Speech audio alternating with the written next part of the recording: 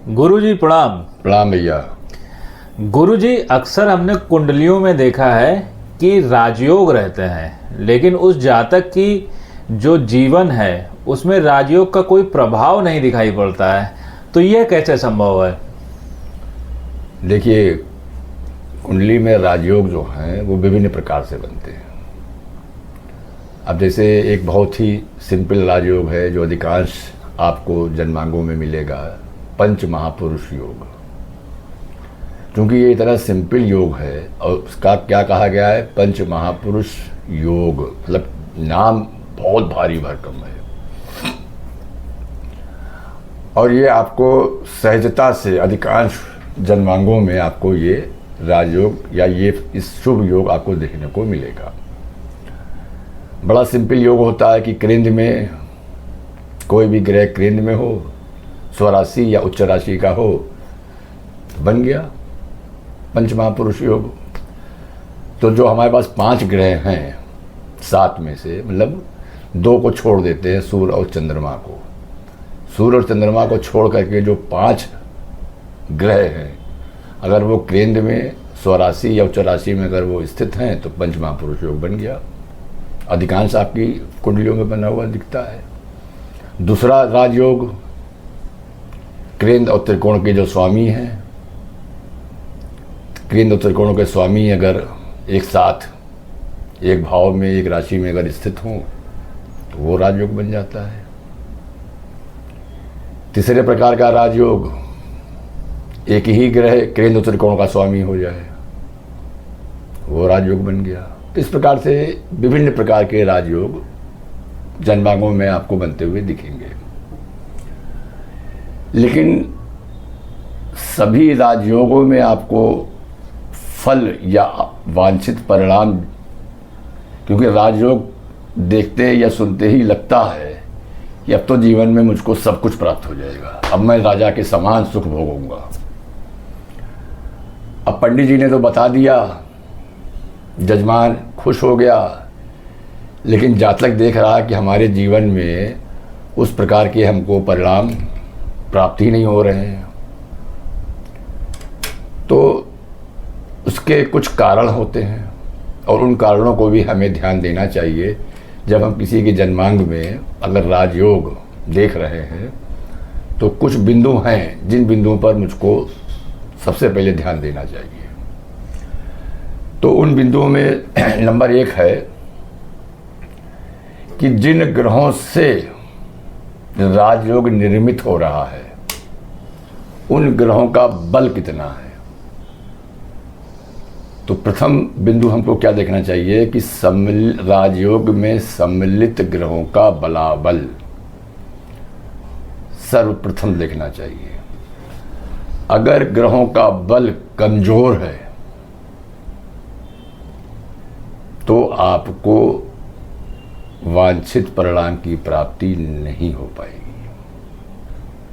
Number 2, अब मान लीजिए कि कोई जो भी सम्मिलित ग्रह हैं राजयोग में, वो कोई ग्रह उसमें से अस्त हो गया हो,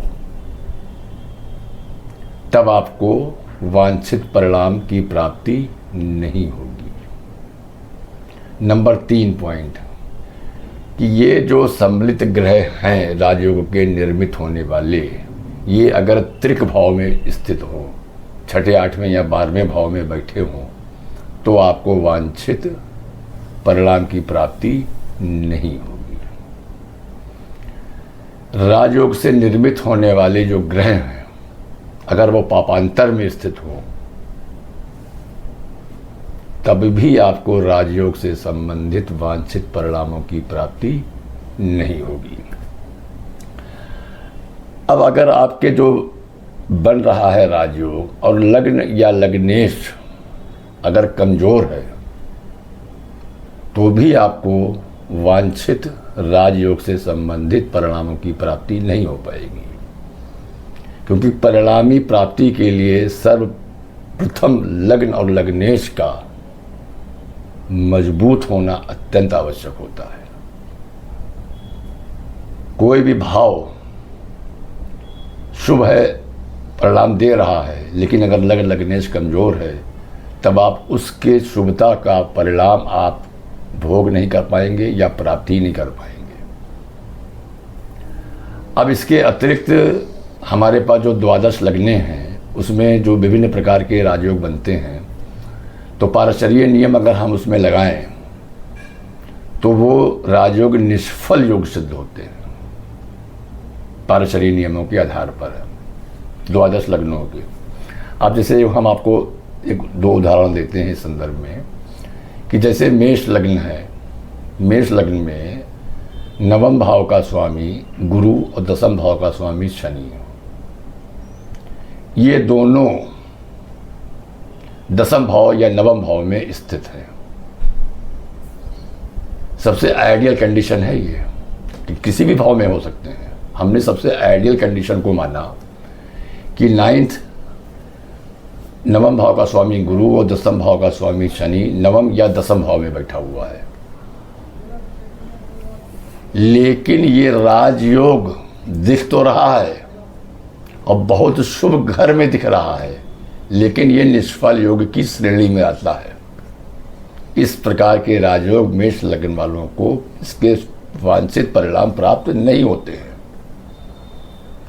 इसी प्रकार से मिथुन लग्न में भी गुरु और शनि का जो संयोग होता है, वहाँ पर भी आपको वांछित परिणामों की प्राप्ति नहीं होती है और वो भी योग निष्फल योग की श्रेणी में आता है। तो अगर आप पारशरीय नियम को लगाएं विभिन्न लग्नों में, विभिन्न प्रकार के कॉम्बिनेशंस में जो केंद्र और त्रिकोण से संबंधित होकर के राजयोग निर्मित कर रहे हैं, तो आप पाएंगे कि अधिकांश योग निष्फल योग सिद्ध हो जाते हैं और हमको वांछित परिणाम अपने जीवन में प्राप्त नहीं हो पाते हैं। वांछित परिणाम कब प्राप्त होते हैं? जब केंद्र और त्रिकोण का संबंध हो, त्रिषिढाई या त्रिक भावों से संबंध ना हो और सम्मिलित ग्रह षड्वल में या वर्गों में उच्च श्रेणी के हों। और इसके अतिरिक्त जो विभिन्न प्रकार के योग बनते हैं, धन योग, लक्ष्मी योग, पंच महापुरुष योग, परिजात योग वगैरह वगैरह, इनके अतिरिक्त वो कुछ योग भी हमारी कुंडली में विद्यमान हों, तब उस प्रकार के जो योग होते हैं वो आपको अपने जीवन में राजयोग के समान फल प्रदान करते हैं। अन्यथा स्थिति में भ्रम की ही स्थिति बनी रह जाती है कि जन्मांग में राजयोग तो बना हुआ है, ये एक भ्रम ही रह जाता है। तो मैं आशा करता हूँ कि राजयोग किस प्रकार से निष्फल हो जाते हैं और किस प्रकार से परिणाम देते हैं, सूक्ष्म में आपकी समझ में आ गया होगा। धन्यवाद।